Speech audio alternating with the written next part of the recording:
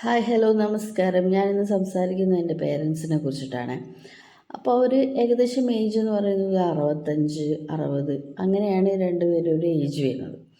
പറയാലോ എത്രത്തോളം ആണ് അവരുടെ അപ്ഡേഷൻസും കാര്യങ്ങളും എന്നൊക്കെ. അപ്പോൾ ഇപ്പോൾ ഞാൻ അൺഎക്സ്പെക്റ്റഡ് ആയിട്ട് ഞാൻ വീട്ടിലേക്ക് വന്ന സമയത്ത് അവർ രണ്ടുപേരും മാത്രമേ ഉള്ളൂ വീട്ടിൽ. അപ്പോൾ ഇവർ ബിരിയാണിയൊക്കെ ഓർഡർ ചെയ്തിട്ടിരിക്കുകയാണ് ഫുഡ് കഴിക്കാൻ വേണ്ടിയിട്ട്. അപ്പോൾ ഞാനത് അറിഞ്ഞപ്പോൾ എനിക്ക് ഭയങ്കര സന്തോഷമായി. കാരണം എന്താണെന്ന് വെച്ചാൽ അവർ ആദ്യം മുതലേ ഇങ്ങനെയൊന്നും ചെയ്തിട്ടില്ല. എന്ന് വെച്ചാൽ അവർക്ക് ഒഫീഷ്യലി 3 വാഴകളാണുള്ളത്. അപ്പോൾ ഇവർ നോർമലി എല്ലാ കാര്യങ്ങളും എന്താ പറയുക, ഇപ്പോൾ ഈ വാഴകളെ ഡിപ്പെൻഡ് ചെയ്തിട്ട് കുറേ കാലമാണ് നിന്നിട്ടുണ്ടായത്. ഡിപ്പെൻഡ് ചെയ്യല്ല, രണ്ടുപേരും ആവുന്ന കാലത്ത് അവരെ മാക്സിമം എഫർട്ട് ഇട്ട് ജീവിച്ച ആൾക്കാരാണ് കേട്ടോ. അവരെല്ലാവർക്കും വേണ്ടിയിട്ട് ജീവിച്ചിട്ടുള്ള ആൾക്കാരാണ്. അച്ഛനൊക്കെ എന്ന് പറഞ്ഞാലും എക്സ്ട്രീംലി അധ്വാനിക്കേണ്ട സമയത്ത് നന്നായി അധ്വാനിക്കുകയും ഫാമിലീസിനൊക്കെ നന്നായിട്ട് നോക്കുകയൊക്കെ ചെയ്തിട്ടുള്ള ഒരു വ്യക്തിയാണ്. അമ്മ എപ്പോഴും തൊഴിലുറപ്പിന് പോകുന്നുണ്ട്. ഹെൽത്ത് ഇഷ്യൂസ് ഉണ്ടെങ്കിലും അമ്മയുടേതായിട്ടുള്ള രീതിയിൽ നല്ല രീതിയിൽ സർവൈവ് ചെയ്തിട്ട് പോകുന്ന അടിപൊളി ഒരു വുമൺ തന്നെയാണ്.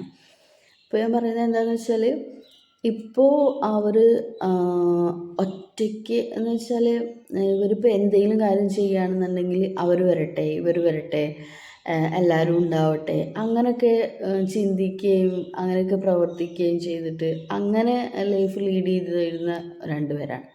പക്ഷെ ഇപ്പം 3 വാഴകളും ഇപ്പോൾ വീട്ടിലില്ല. അപ്പോൾ ആ സമയത്ത് അവർ രണ്ടുപേരും ഒറ്റയ്ക്കുള്ളൂ വീട്ടിൽ. അപ്പോൾ അവർക്ക് ബിരിയാണി കഴിക്കണം എന്ന് ആഗ്രഹം. പക്ഷെ അവർ ഓർഡർ ചെയ്തു, അവർ അത് കഴിക്കാനുള്ളൊരു ഇതിൽ നിൽക്കുകയാണ്. അപ്പോൾ ശരിക്കും എനിക്കത് കണ്ടപ്പോൾ ഭയങ്കര ഹാപ്പിയായി. കാരണം എന്താ വെച്ചാൽ ഇവർ അനാവശ്യമായിട്ട് ഈ 3 വാഴകളേനും എന്താ പറയുക, ഇത്രയും ഒരു ഇതിലാക്കിയിട്ടുണ്ട്, ഒരു സമയം വരെ ഓരോരോ സ്റ്റേജിലേക്ക് ആക്കിയിട്ടുണ്ട്. എന്നിട്ടും അവർ അവരുടേതായിട്ടുള്ള ചെറിയ ചെറിയ സന്തോഷങ്ങളൊന്നും ഇല്ലാതെ വെറുതെ അങ്ങനെ പോകേണ്ട ഒരു കാര്യമില്ലല്ലോ നോർമലി.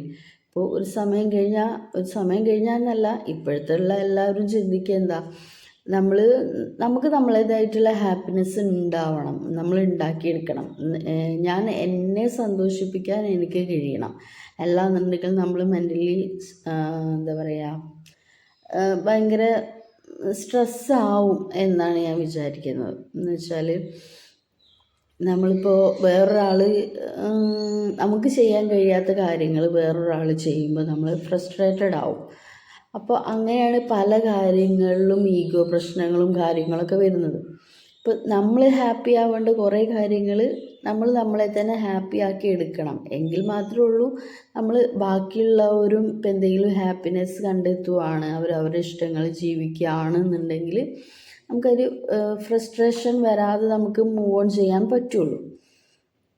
ഇപ്പം അത് അങ്ങനെ ഉണ്ടെന്നല്ല, പക്ഷെ നോർമലി പല ലൈഫിൽ നമ്മൾ അങ്ങനെയാണ് കണ്ടുവരുന്നത്. മറ്റുള്ളവർക്ക് വേണ്ടിയിട്ട് ഞാൻ ഇത്രയും കാലം ജീവിച്ചു, അല്ലെങ്കിൽ അങ്ങനൊരു സാധനം വരും നമ്മളൊരു ടൈം കഴിയുമ്പോൾ.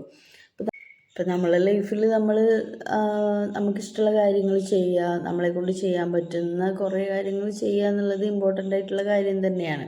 അങ്ങനെ ചെയ്യണം എന്നുള്ളത് തന്നെയാണ് എൻ്റെ വ്യക്തിപരമായിട്ടുള്ള അഭിപ്രായം. ഇപ്പോൾ നമ്മളങ്ങനെ ചെയ്യാതിരുന്നിട്ട് നമ്മൾ കുറേ എന്തിനൊക്കെയോ വേണ്ടി പാഞ്ഞലച്ച് നമ്മൾ ഒരു സമയമാകുമ്പോൾ നമുക്ക് വേണ്ടി ജീവിച്ചില്ല എന്ന് പറയുന്നത് വളരെയധികം മോശമായിട്ടുള്ളൊരു കാര്യമാണ്. കാരണം അത് വേറെ ആരെയും, ഇപ്പോൾ നമ്മളുടെ സന്തോഷം എന്താ നമ്മളുടെ കയ്യിലല്ലേ ഉള്ളത്. വേറൊരാളെ ഡിപ്പെൻഡ് ചെയ്ത് കഴിഞ്ഞാൽ നമുക്ക് എത്രത്തോളം സന്തോഷിക്കാൻ പറ്റും എന്നുള്ളത് സംശയം തന്നെയാണ്. അപ്പോൾ ഇങ്ങനെ കാണുമ്പോൾ ഒരു ഇതുണ്ട്, അവരിപ്പോൾ ഒരു അങ്ങനെ മോഡേണായി ചിന്തിക്കുകയും മോഡേണായി ലൈഫ് ഇങ്ങനെ ലീഡ് ചെയ്യുകയും ചെയ്യുന്ന ആൾക്കാരൊന്നുമല്ല. പക്ഷെ ഇപ്പം അവർ റിയലൈസ് ചെയ്യുന്നു പല കാര്യങ്ങളും. അവരവരുടേതായിട്ടുള്ള ചെറിയ ചെറിയ ഹാപ്പിനെസ് അവർക്ക് ചെയ്യാൻ പറ്റും, അല്ലെങ്കിൽ ഇത് ഇങ്ങനെയൊന്നല്ല അതിൻ്റെ ഒരു കാര്യം എന്നുള്ളത് അവർക്ക് മനസ്സിലായി തുടങ്ങിയിട്ടുണ്ട്. അപ്പോൾ ഇങ്ങനെ കുറേ കാര്യങ്ങൾ ആദ്യം മുതലേ ചെയ്യണം എന്നുള്ളതാണ് ഇപ്പോൾ അപ്പോൾ എല്ലാ വീട്ടിലും ഒരേപോലെ ആയിക്കൊള്ളണമെന്നില്ല കേട്ടോ. അപ്പോൾ എന്നെ ഡിപ്പെൻഡ് ചെയ്തിട്ടാണ് സംസാരിക്കുന്നത്. കാരണം ഓരോ വീട്ടിലെ പേരൻസ് എന്ന് പറയുന്നത് വ്യത്യസ്ത രീതിയിൽ ചിന്തിക്കുകയും പ്രവർത്തിക്കുകയും കുടുംബത്തെ കൊണ്ടുപോവുകയും ചെയ്യുന്ന ആൾക്കാരാണ്. ഇപ്പോൾ ഇപ്പം എൻ്റെ പേരൻസ് എന്ന് പറയുന്നത് ഇങ്ങനെയാണ്. ഇപ്പം എല്ലാ വീട്ടിലും ഒരേപോലെ ആയിക്കൊള്ളണമെന്നില്ല. ഓരോ ലൈഫും ഓരോ രീതിയിലാണ്. പക്ഷെ എന്നെ സംബന്ധിച്ചിടത്തോളം ഞാൻ ആ സമയത്ത് ഇതിനെക്കുറിച്ച് സംസാരിക്കുന്ന സമയത്ത് ഉണ്ടായിരുന്ന ആ ഒരു തോട്ട് അവർക്ക് കുറേ വർഷങ്ങൾക്ക് ശേഷം ഇപ്പോഴാണ് അവർ ചെയ്തു തുടങ്ങുന്നത്. അത് നമുക്കിങ്ങനെ അവർ സ്വന്തമായിട്ട് റിയലൈസ് ചെയ്തിട്ട് ചെയ്യുമ്പോൾ നമുക്ക് കാണുമ്പോൾ ഒരു ഹാപ്പിനെസ് അങ്ങനെ. അപ്പോൾ നമ്മൾ അങ്ങനെ ചെയ്യണം. ഇപ്പോൾ എൻ്റെ ഹാപ്പിനെസ് ഞാൻ കണ്ടെത്തണം. എനിക്ക് ചെയ്യാൻ പറ്റുന്ന ചില കാര്യങ്ങൾ ഞാൻ ചെയ്യണം, അല്ലെങ്കിൽ ഞാൻ അവിടെ ഫ്രസ്ട്രേറ്റഡ് ആവും. അപ്പോൾ അതിൻ്റെ ആവശ്യമില്ല. എല്ലാവരും സന്തോഷിക്കട്ടെ, എല്ലാവരും അവരവരുടേതായിട്ടുള്ള ഇഷ്ടങ്ങൾ ചെയ്യട്ടെ. അപ്പോൾ ഇത്രയൊക്കെയാണ് പറയാനുള്ളത്. ഓരോരുത്തരുടെ സിറ്റുവേഷനും ഓരോ രീതിയിലാവും കേട്ടോ. അപ്പോൾ ഓരോ സിറ്റുവേഷൻ അനുസരിച്ചിട്ടാവുമല്ലോ ഓരോ പേരൻസ് വളർത്തുന്നതും കുട്ടികൾ വളർന്നു വരുന്നതൊക്കെ. അപ്പോൾ ഇപ്പം ഇങ്ങനെ ഒരു ചെറിയ കാര്യം കണ്ടപ്പോൾ എനിക്കതൊരു ഹാപ്പിനെസ് ആയിട്ട് തോന്നി. കാരണം ഞാൻ ഇത്രയും ഒരു കാലയളവിൽ ഞാൻ അങ്ങനെ കണ്ടിട്ടില്ല. അപ്പോൾ ഇതൊക്കെ അവർക്ക് നേരത്തെ ചെയ്യാമായിരുന്നു.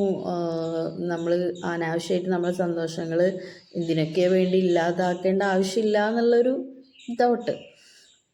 അപ്പോൾ അങ്ങനെ ഇനിയും ചെറിയ ചെറിയ കാര്യങ്ങൾ അവർ ടൈം സ്പെൻഡ് ചെയ്തിട്ട് ഹാപ്പി ആയിട്ട് പോവട്ടെ. കാണുന്നതിൽ നമുക്ക് സന്തോഷം. ഇപ്പോൾ എന്നെ കേട്ടുകൊണ്ടിരിക്കുന്ന എന്നെ കണ്ടുകൊണ്ടിരിക്കുന്ന എല്ലാവർക്കും താങ്ക് യു സോ മച്ച്.